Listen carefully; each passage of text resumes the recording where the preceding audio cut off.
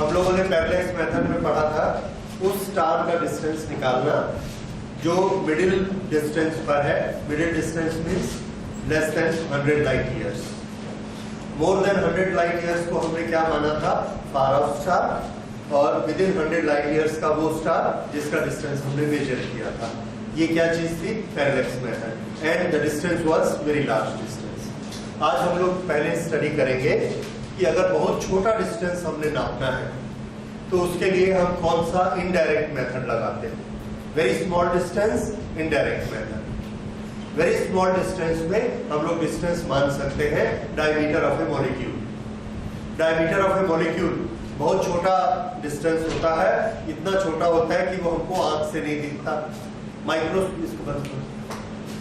Microscope से भी नहीं दिखता, तो उसके लिए हमको कैलकुलेशन ही करनी पड़ती है। तो वेरी स्मॉल डिस्टेंस एक मॉलिक्यूल का निकालेंगे तो उसके लिए कुछ प्रिंसिपल समझिए।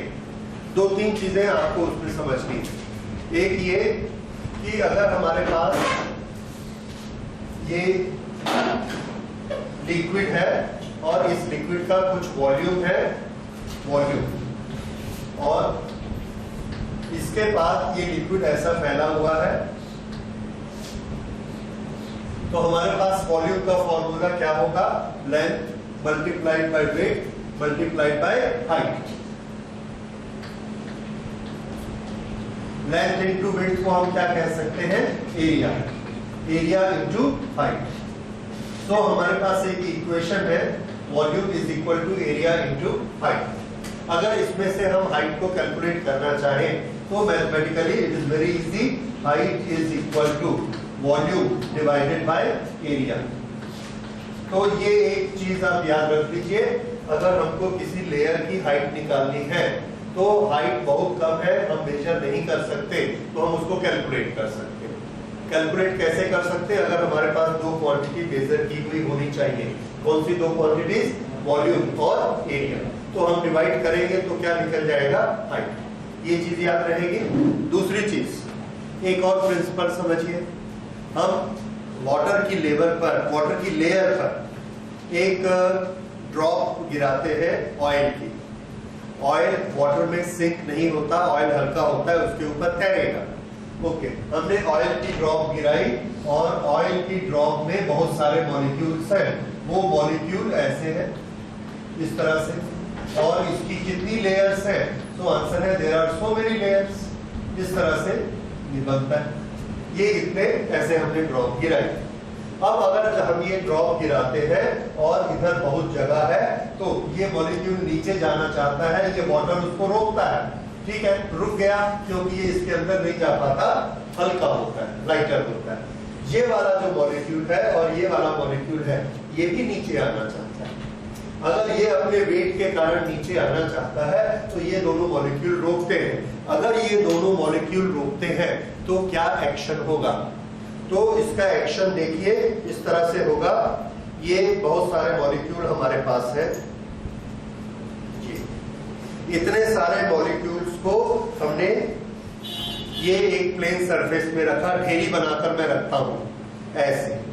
और अब इसको देखिए, ये कैसे आ गए? सब एक लेयर में आ गए इस तरह से। फिर से अगर मैं ऐसा ढेर बनाकर इसको रखूंगा और छोड़ दूंगा, फैलने के लिए जगह दूंगा, तो सब कैसे सेटल हो जाएंगे? एक लेयर में सेटल हो जाएंगे। दिख रहा है? यही काम ये मॉलिक्यूल्स करते हैं। शर्त क्या है? हम इसको फैलने की जगह दें दोनों तरफ, तो ये ढेर में न रह के एक लेयर में आ जाएंगे। तो लेयर पतली होती जाएगी। पतली होते होते होते कितनी पतली हो जाएगी? उतनी पतली हो जाएगी जब ये एक सिंगल मॉलिक्यूल बचेगा। कितना बचेगा? Single molecule. ओके, तो हम एक एजम्पशन करते हैं। हमारा एजम्पशन ये है कि जब हम मॉलिक्यूल्स की एक ड्रॉप यहाँ पर छोड़ेंगे, वो ड्रॉप को फैलने के लिए फ्रीडम देंगे। फैलने की फ्रीडम हम 2 तरीके से देते हैं। एक, इस ड्रॉप को इतना पतला रखते हैं कि इसमें विस्कोसिटी नहीं हो। जैसे शहद बहुत मोटा होता है, ग्लिसरीन बहुत मोटी होती है, हो सकता है वो ना फैले, उसको हम ऐसा ड्रॉप गिराते हैं, पूरे अच्छे से नहीं फैलती। केरोसिन ऑयल को देखिए, अगर केरोसिन ऑयल आप डालेंगे पूरा ऐसा फैल जाएगा। तो जो चीज पतली होती है बड़े अच्छे से फैलती है। तो एक स्टेप हम क्या करते हैं कि इसको पतला कर देंगे ताकि ये फैल सके। दूसरा, ये वाटर की लेयर इसको बहुत बड़ी देते हैं। अगर वाटर की लेयर इसको बहुत बड़ी देंगे, जितना फैलना है फैल जाए, तो हम क्या देखते हैं कि ये सब मॉलिक्यूल ऐसे आ गए, ये इस तरह से फैल गया। जो आपने अभी देखा एक ढेर ऐसे फैल जाएगा। अब अगर हम ये बोलेंगे कि इसकी हाइट हमने नाप ली, कैलकुलेट कर ली, अगर इसकी हाइट h आ गई तो हमने हाइट जो कैलकुलेट की वो क्या है, तो आंसर है वो डायमीटर है एक मॉलिक्यूल का। दिख रहा है?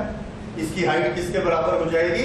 एक मॉलिक्यूल की डायमीटर के बराबर। ये बात समझ में आ रही है? तो हमारा पर्पस अब क्या है? इस लेयर की हाइट निकालना। तो हमने एक प्रोसीजर फिक्स किया। प्रोसीजर ये फिक्स किया कि ये जो हम ऑयल की ड्रॉप यहाँ गिराएंगे, उस ऑयल की ड्रॉप को पूरा फैलने देंगे।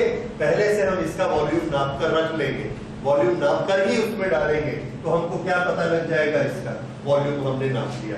उसके बाद इसको हमने फैल जाने दिया। जब ऐसे चारों तरफ ऑयल की ड्रॉप फैल गई तो हमने उसका एरिया कैलकुलेट कर लिया, क्योंकि एरिया हमको आंख से दिखता है, मोटाई नहीं दिखती। तो मोटाई में हमको स्केल रख के नहीं नाप सकते, पर एरिया में स्केल रख के नाप सकते, क्योंकि ये काफी फैला रहेगा। ओके, उसका हमने एरिया नाप लिया, तो ये मेजरमेंट भी हमारे पास आ गया। अब वॉल्यूम और एरिया दोनों मेजरमेंट हमारे पास आ गए। अगर हम इसको डिवाइड करेंगे तो क्या मिलेगा हमको? हाइट। और हमने क्या सोच लिया है? हाइट किसके बराबर है? Diameter of one molecule. क्योंकि हम ये सोचते हैं कि सब मॉलिक्यूल नीचे गिर गिर के जो लेयर बनाएंगे, उस लेयर की मोटाई कितनी होगी? एक मॉलिक्यूल के बराबर होगी। अगर ऐसे दो मॉलिक्यूल भी होंगे तो ये भी इन दोनों को हटाएगा, खिसकाएगा, बीच में जगह बनाएगा और सिंगल लेयर आ जाएगी। इस तरह से हमने जो हाइट कैलकुलेट की, that is diameter of a molecule. तो ये प्रिंसिपल समझ में आ गया कि ये वाला हमने थोड़ा सा मैथमेटिक्स लगाया और ये वाली टेक्निक लगाई। अब इस टेक्निक को आप लिख सकते हैं, नोट करिए। To calculate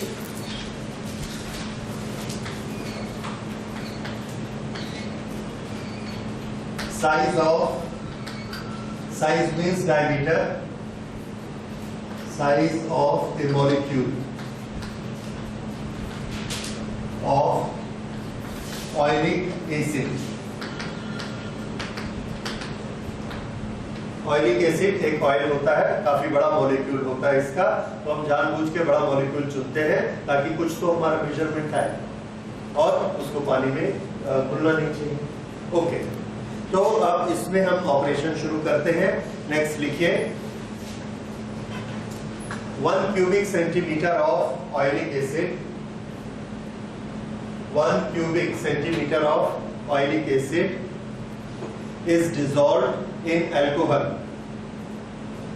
is dissolved in alcohol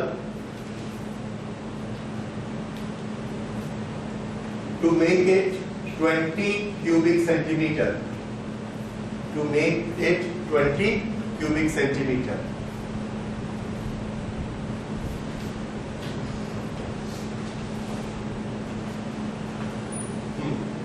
Next, 1 cubic centimeter of this solution, 1 cubic centimeter of this solution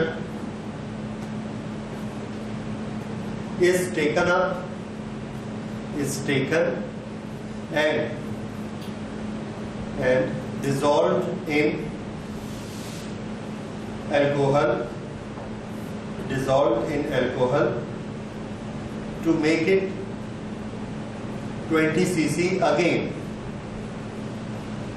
to make it 20 cc again। Okay, full stop। Now 1 cc of this solution, 1 cc of this solution contain 1/20 into 20 cubic centimeter of oilic acid।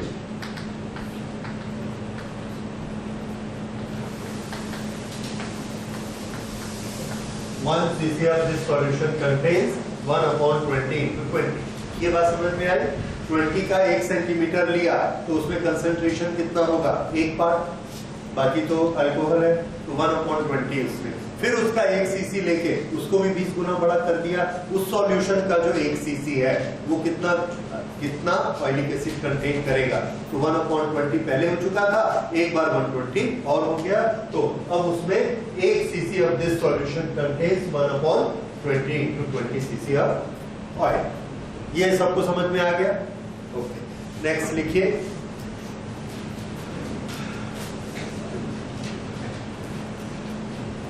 with help of burette एक instrument होता है lab में,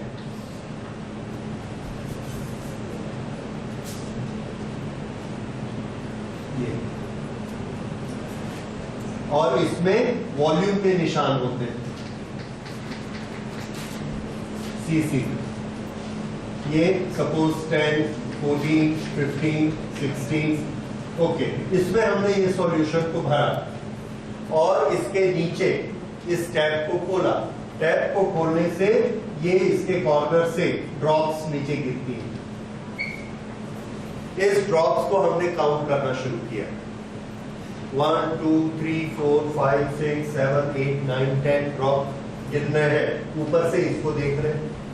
इसको देखते देखते ये यहां से यहां तक आ गया। 15 से 14 कितना हुआ? 1 CC.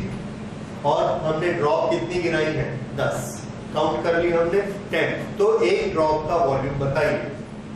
Volume of 1 drop, yes, volume of 1 drop is 1/10 CC, क्योंकि 10 ड्रॉप्स में 1 सीसी नीचे आया। तरीका समझ आया? तो हम लोग हमेशा एक ड्रॉप लिक्विड का वॉल्यूम ब्यूरेट से कैलकुलेट कर सकते हैं, नंबर ऑफ ड्रॉप्स को गिनके। तो अभी आपने क्या लिखा last? With help of burette. This is BU burette, RETT। So with help of burette we calculate volume of 1 drop of this solution। Okay, ये मेजरमेंट हमको पता लग गया कि एक ड्रॉप का वॉल्यूम कितना होता है। उसके बाद नेक्स्ट लिखिए, n drops of this solution, n drops of this solution are spread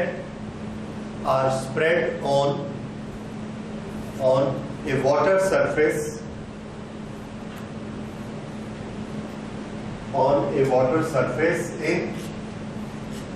in a large container,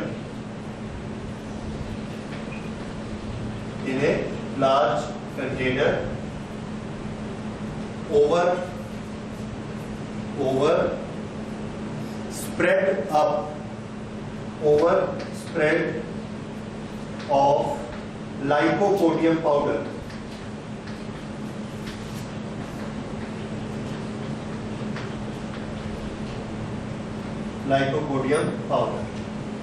lycopodium powder एक बहुत ही फाइन पाउडर होता है, जैसे हमारे टेल्कम पाउडर होते हैं वैसे। उसको पहले हम पानी पे छिड़क देते हैं, वो अपनी एक लेयर बना लेता है। उसके ऊपर हम इसकी एंड ड्रॉप्स ड्रॉप करते हैं।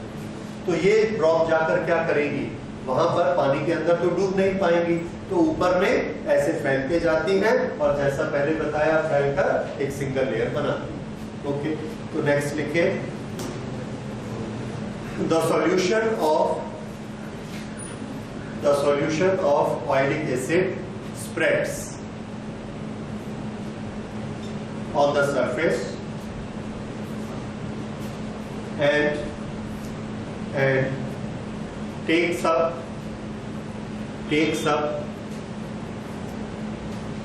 a spherical shape, takes up almost a circular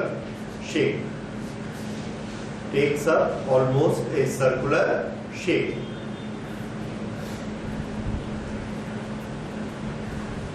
Okay, full stop. Next para. During this spread up or spreading, we assume that alcohol in the solution gets evaporated,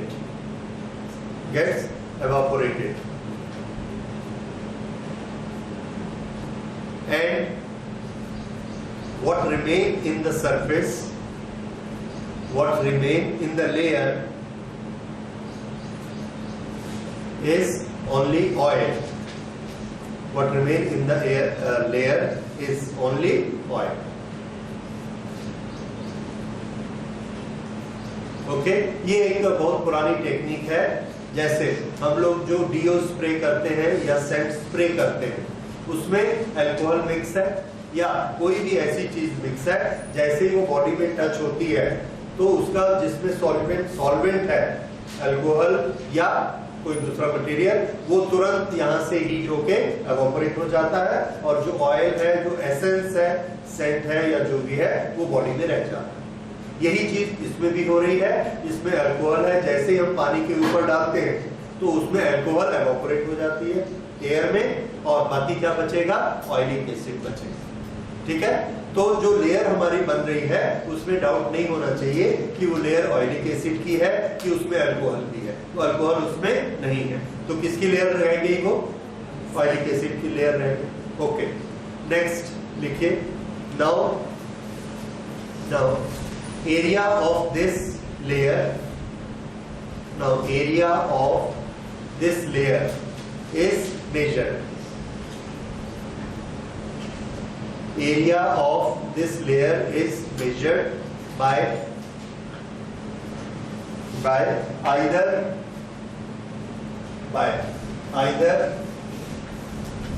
measurement of the diameter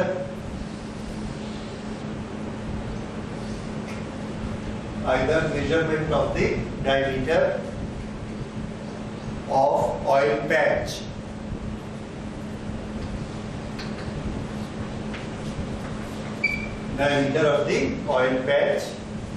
or by help of a graph paper,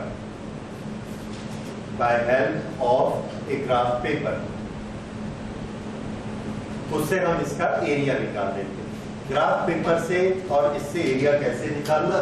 तो हमने पानी के ऊपर देखा, पानी के ऊपर इस तरह से हमको ये पैच दिखता है राउंड, और एक हमने स्केल लिया और स्केल लेके जस्ट ऐसा रख दिया इसके ऊपर, डुबाया नहीं, इसके ऊपर रखा और दोनों तरफ का मेजरमेंट इसमें देख लिया स्केल पे। तो हमको क्या पता लग गया? इसका डायमीटर का हाफ कर देंगे तो क्या निकलेगा? रेडियस, और उस रेडियस से पाई आर स्क्वायर करेंगे तो क्या निकल जाएगा? एरिया। इस तरह से एरिया कैलकुलेट कर सकते हैं। दूसरा मेथड एरिया का देखिए, हमने एक ग्राफ पेपर लिया, ग्राफ पेपर में ऐसे लाइंस खींची रहती है, ये सबने देखा है। ओके, ये जो लाइंस रहती है हमारे स्टैंडर्ड ग्राफ पेपर में 1 मिलीमीटर डिस्टेंस पर होती है। अगर ये 1 मिलीमीटर है और ये 1 मिलीमीटर है तो ये एरिया कितना हुआ? 1 स्क्वायर मिलीमीटर। एक बॉक्स का एरिया 1 स्क्वायर मिलीमीटर, और पिंक लाइन में जो बड़े बड़े बॉक्स होते हैं उसका कितना होता है? 10 millimetre into 10 millimetre, that is 1 square centimetre. ये हमारा स्टैंडर्ड ग्राफ पेपर होता है। अब हमने क्या किया? एक ग्राफ पेपर लिया, एक ग्राफ पेपर लेके यहाँ पर वाटर की लेयर बनी हुई है, यहाँ जो वाटर की लेयर बनी है, ये ग्राफ पेपर को ऐसा लेके गए, पानी में ऐसे टच किया और इसको ऐसा करके ऐसा उठा लिया। जब हम इसको इस तरह से उठाएंगे फिर इसको देखेंगे तो ये बीच में ऑयल से टच हुआ, जितनी दूर पे ऑयल से टच होता है ऑयल का पैच यहाँ बन जाएगा और इधर वाटर। तो ये निशान हमको साफ दिखेगा।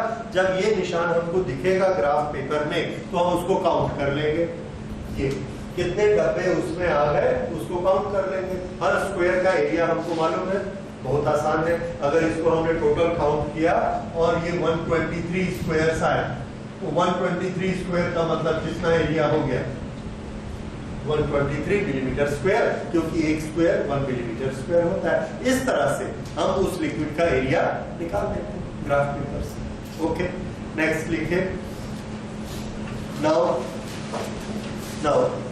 Volume of the oleic acid, volume of the oleic acid is, volume of the oleic acid is, कितनी ड्रॉप्स हमने डाली थी? n। एक का वॉल्यूम कितना नाप के रखा था?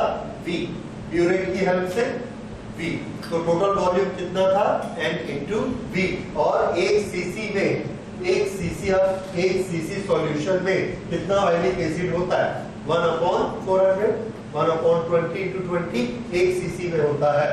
तो NV सीसी में कितना होगा?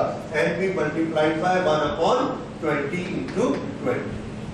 ये वॉल्यूम आ गया किसका? Oleic acid. ये किसका वॉल्यूम है? एक ड्रॉप का। कितनी ड्रॉप हमने डाली? n। तो NV ड्रॉप हमने सॉल्यूशन की डाली।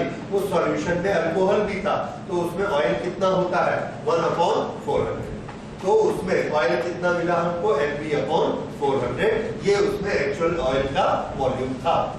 एरिया आपने ग्राफ पेपर से निकाला। So now volume is known to us, area is known to us. ठीक, और दोनों को डिवाइड करेंगे तो क्या मिल जाएगा हमको? हाइट। नोट करिए क्या लिखा लास्ट? हाँ, volume of oleic acid is NV/20 into 20,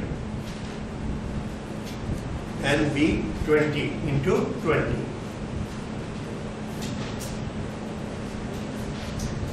This volume is divided by,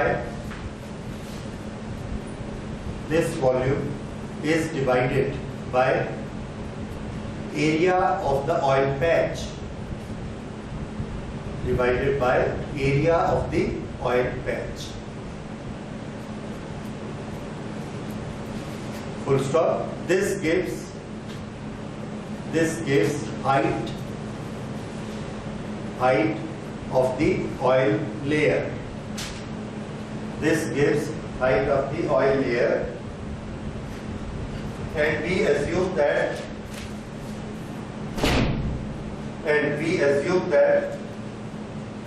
this height is equal to diameter of one molecule. This height is equal to diameter of one molecule. Full stop. Next, by this method we can measure. By this method we can measure a very small distance as diameter of molecule.